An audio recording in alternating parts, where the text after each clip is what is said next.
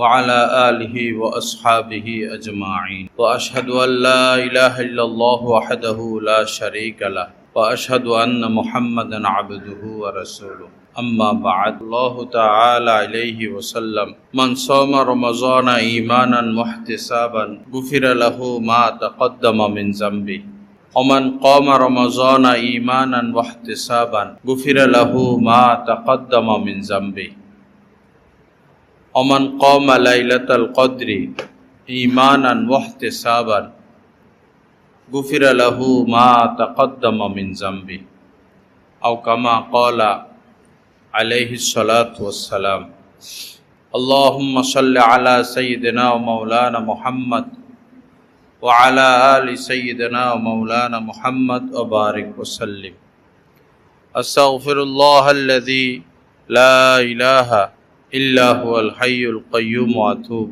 إليه আল্লাহ পাক জাল্লা জালালুহু আমাদের সবাইকে মাফ করে দেন। রব্বুল আলামিন আমাদের তামাম আমাল সমূহ কবুল করে নেন। আমাদের সবার জন্য জান্নাতুল ফিরদাউসের ফয়সালা করে দেন।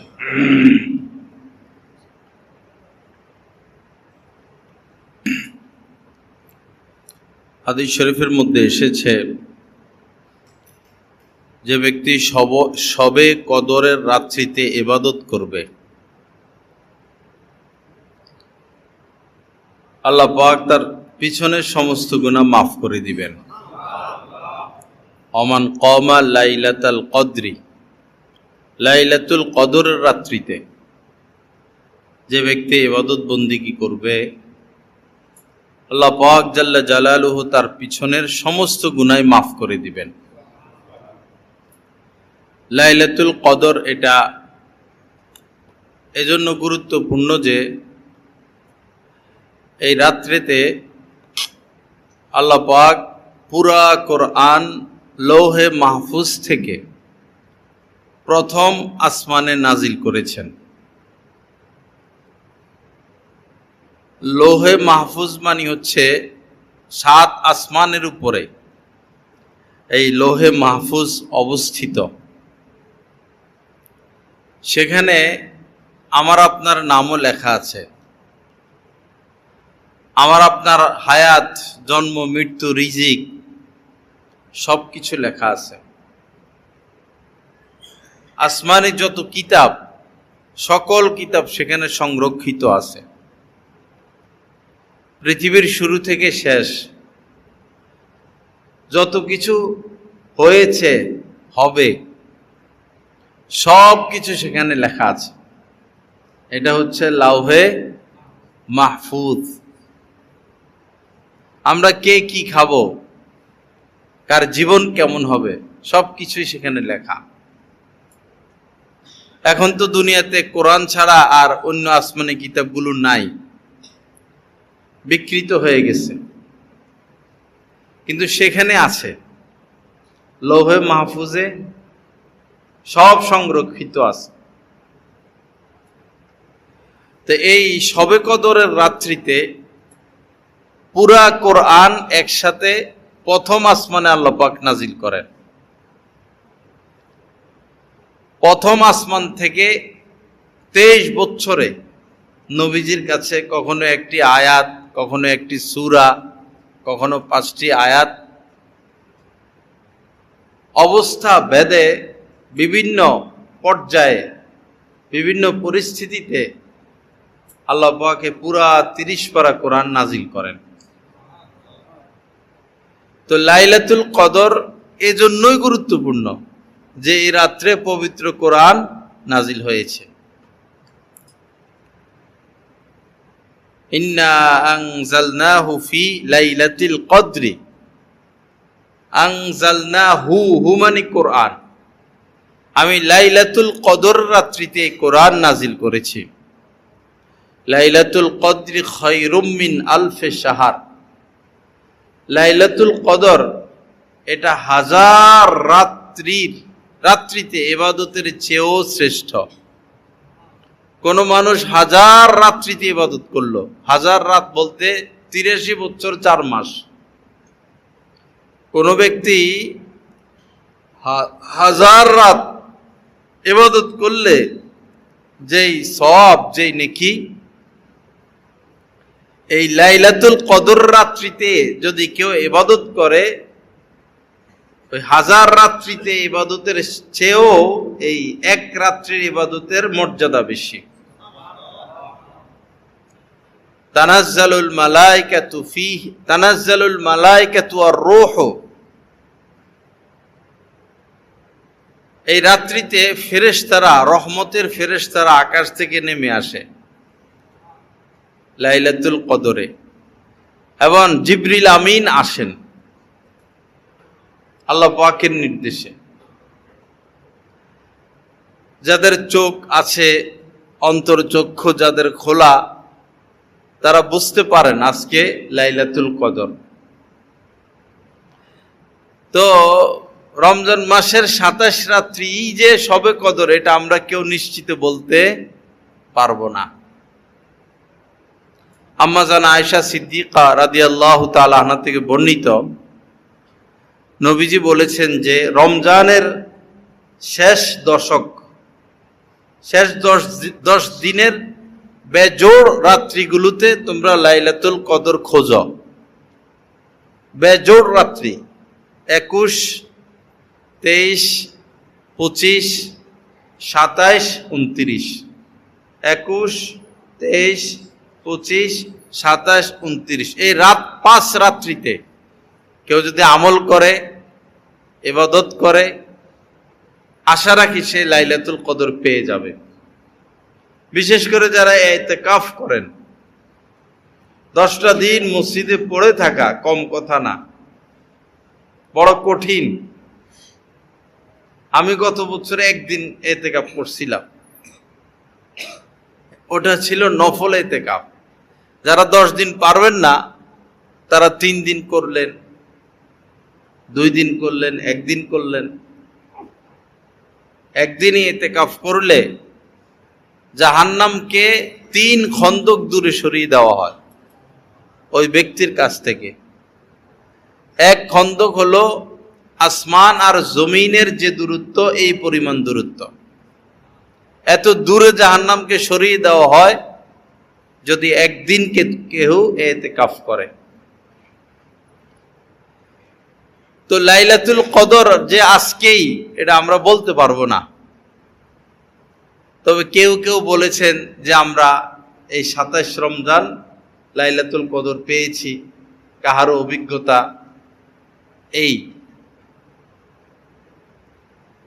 সেই হিসাবে এই রাত্রিতে মানুষ আসে, ইবাদত করে।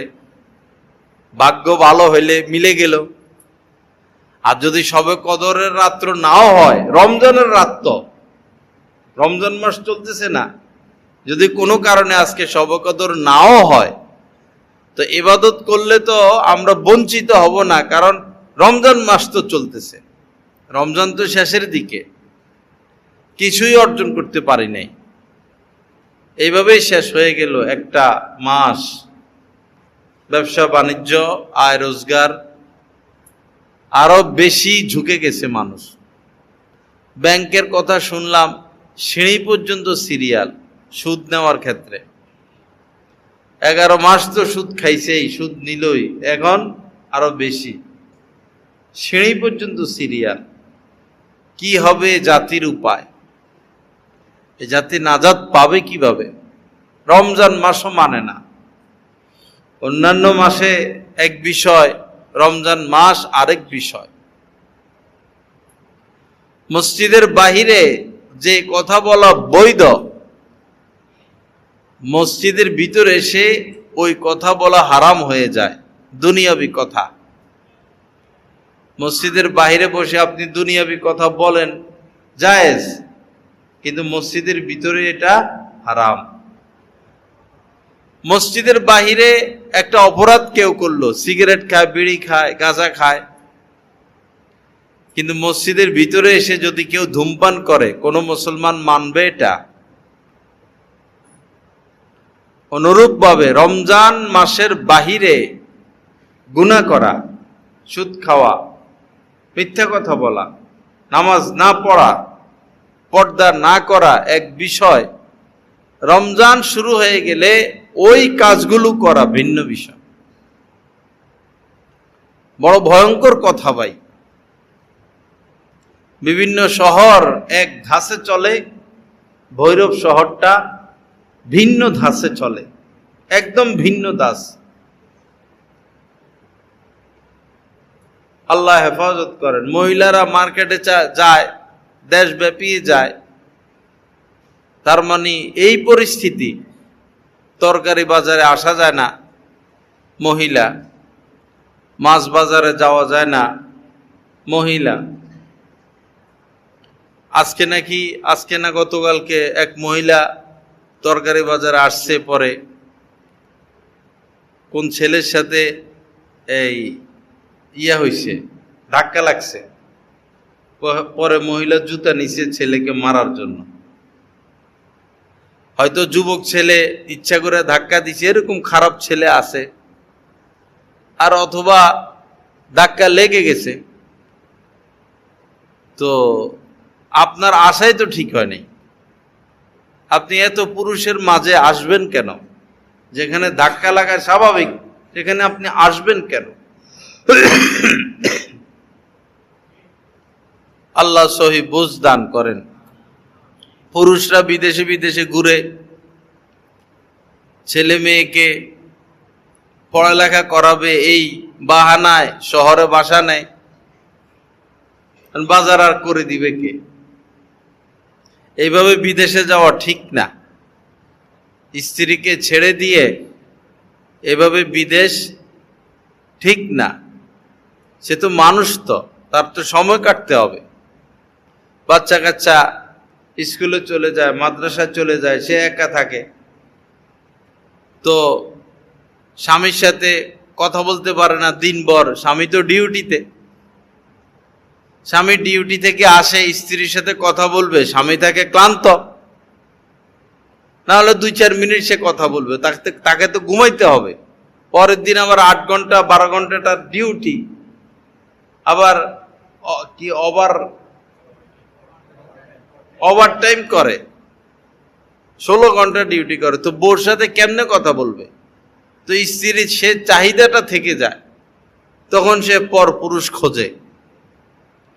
এজন্য এই জামানায় বিয়ের পরে বিদেশ নাই। বিদেশ যেতে হলে বিয়ের আগে।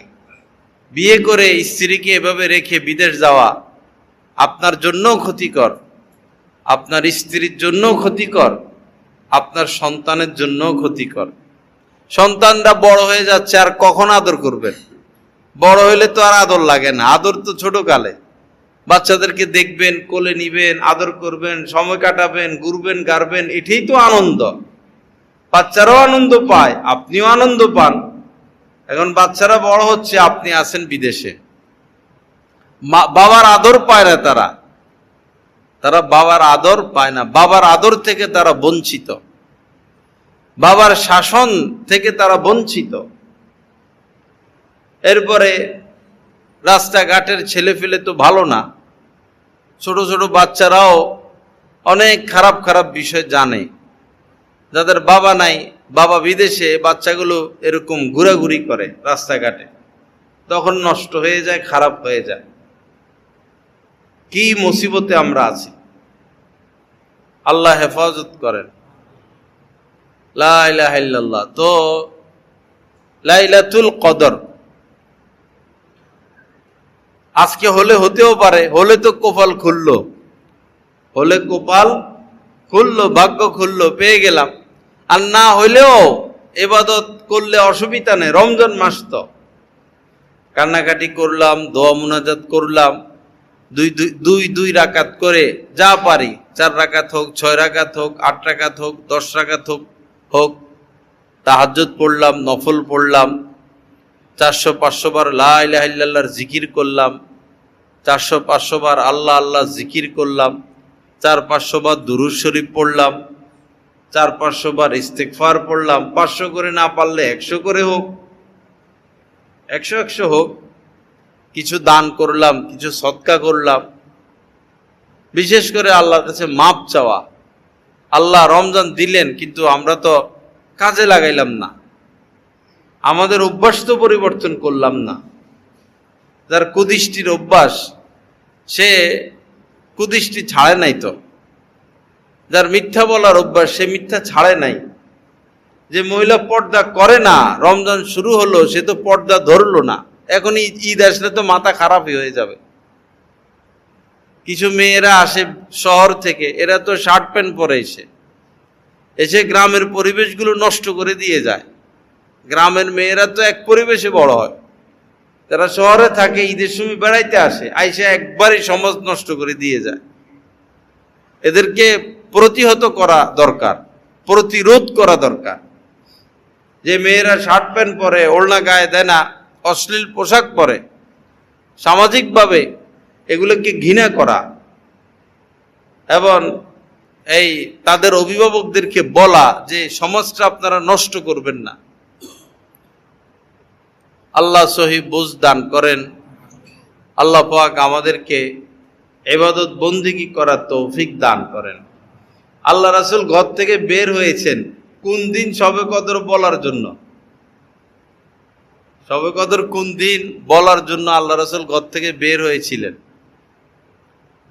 পরে মসজিদে এসে বলবেন অমুক রাত শবে কদর, তাহলে আমরা ইবাদত করতে পারতাম, সুবিধা হইতো।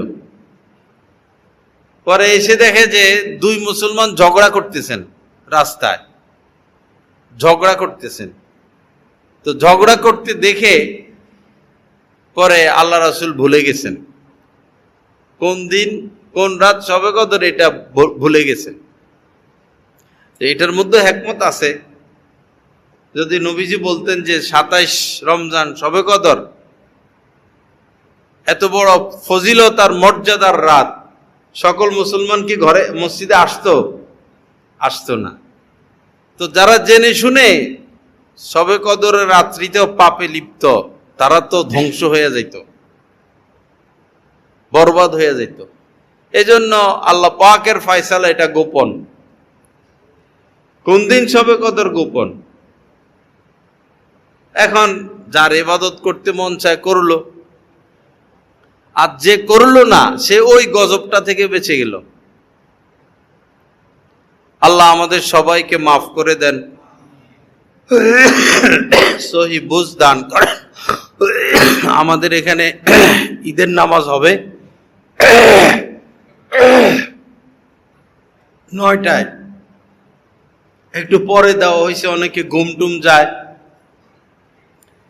9টায় ঈদের নামাজ হবে, আগে আসতে হয়, পরে আসলে আর জায়গা পাওয়া যায় না। মানুষের অনেক চাপ, 8টার দিকে চলে আসতে হয়, 8টা, 8:15। বয়ান হয় কিছু সময়, আধা ঘন্টা বয়ান হয়। 8:15টার মধ্যে চলে আসার চেষ্টা করবেন। আর ঈদের দিন আমরা বৈধভাবে আনন্দ করার জন্য, বৈধ আনন্দ, এই নৌকা ভ্রমণে আমরা বের হই, প্রতি ঈদেই হয়। মেঘনা ফেরিঘাট থেকে নৌকা ছাড়ে, একটা চরে যাওয়া হয়, সেখানে গিয়ে আসর মাগরিব পড়া হয়, পরে আবার ফিরে আসা হয়। সবাইকে দাওয়াত, 3:30টার মধ্যে ফেরিঘাট থাকতে হয়। যারা যাবেন তো যাবেন। লা ইলাহা ইল্লাল্লাহ, সুবহানাল্লাহ, সুবহানাল্লাহ। তো কিছু সময় আমরা একটু জিকির করি, এরপরে একটু দোয়া মুনাজাত হোক।